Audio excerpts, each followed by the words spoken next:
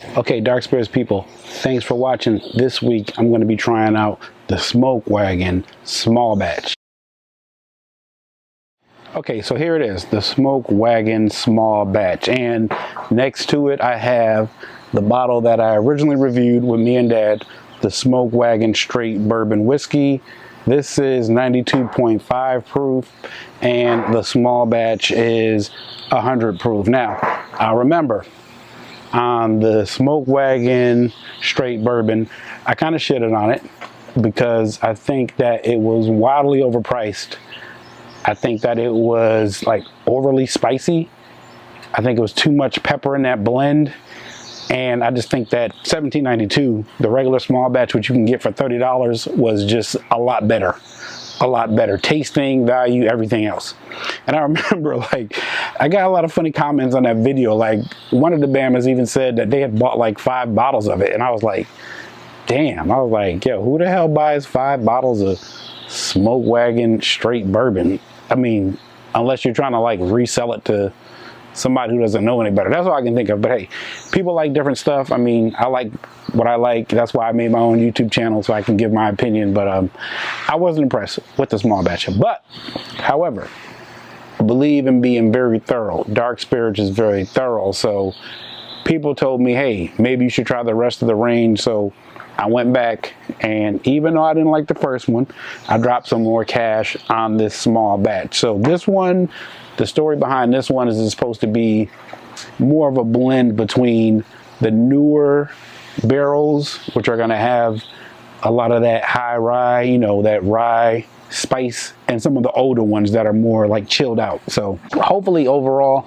this will be a better blend. But before I get into that, if you have not looked at the background video, I'll put a link up here. I go into a lot about Smoke Wagon and what it means and everything else. All right, so let's go into the nosing and the tasting. But before that, I want to kind of try some of the straight again, just to kind of refresh myself. It's been a while since I had this. As you can tell, I haven't gone back to it.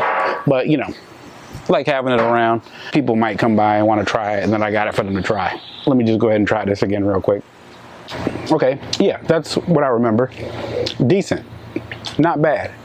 It is not a bad mixing whiskey. It's not a bad mixer, but I think it's not evenly balanced.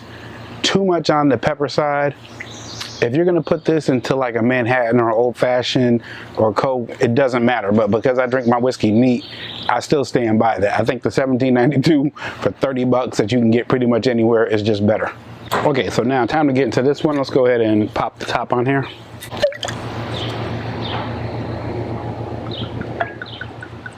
Now, the one thing I can notice about this is, see, there's certain people who they really prey on people who are not educated. This is a good bottle. If you see here, the bottle on here is done in relief. That means that it's raised. And this sitting on a shelf with the wax seal, bottle porn, like people who like fancy bottles, they're going to get you all the time with stuff like this on the shelf.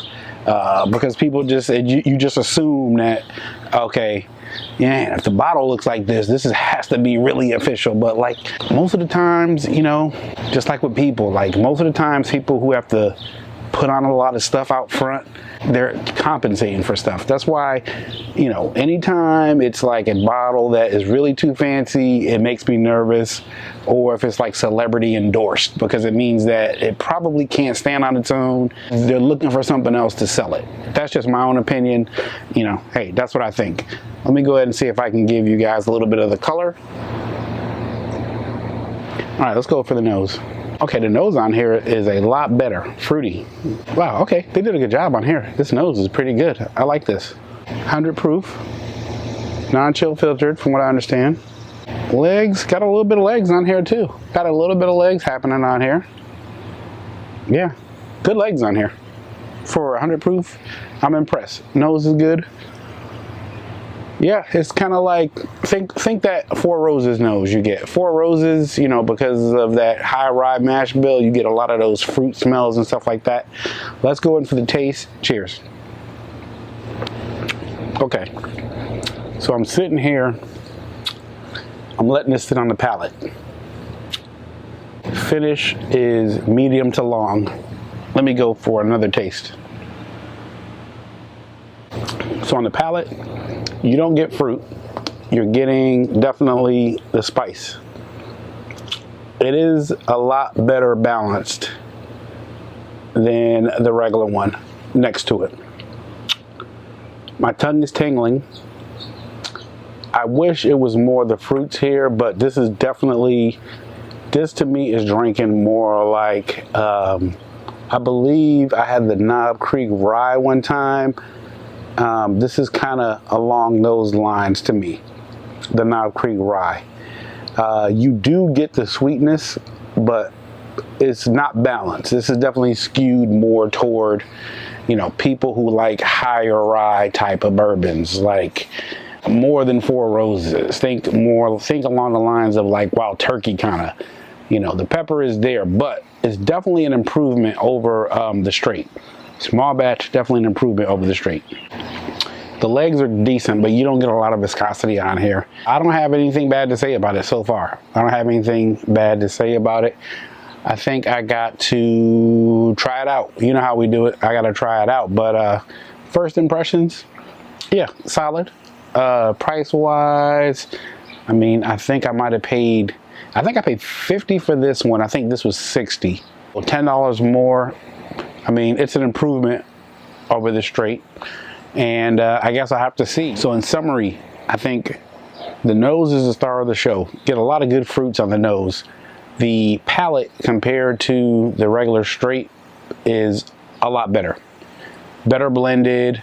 I think some of those older barrels that they say they blended into here definitely gives it more balance. Even on my tongue now, I still get that the spice forward, but that could just be an artifact of being, you know, the neck pour. I think it's good enough taste wise. It's definitely better than the first one. When I come back, if this bottle is mostly empty, you know that's good. If it's pretty much around the halfway mark, you know I pretty much gave up on it. But hey, I'm willing to look forward to it. I'm willing to give it a try. We got open minds over here. Like I said, I'm spending my own cash here, so that's why, you know, I feel very liberated about giving you guys my complete and total opinion. Thanks for watching. I will see you on the next video. Dark Spirits, I'm out.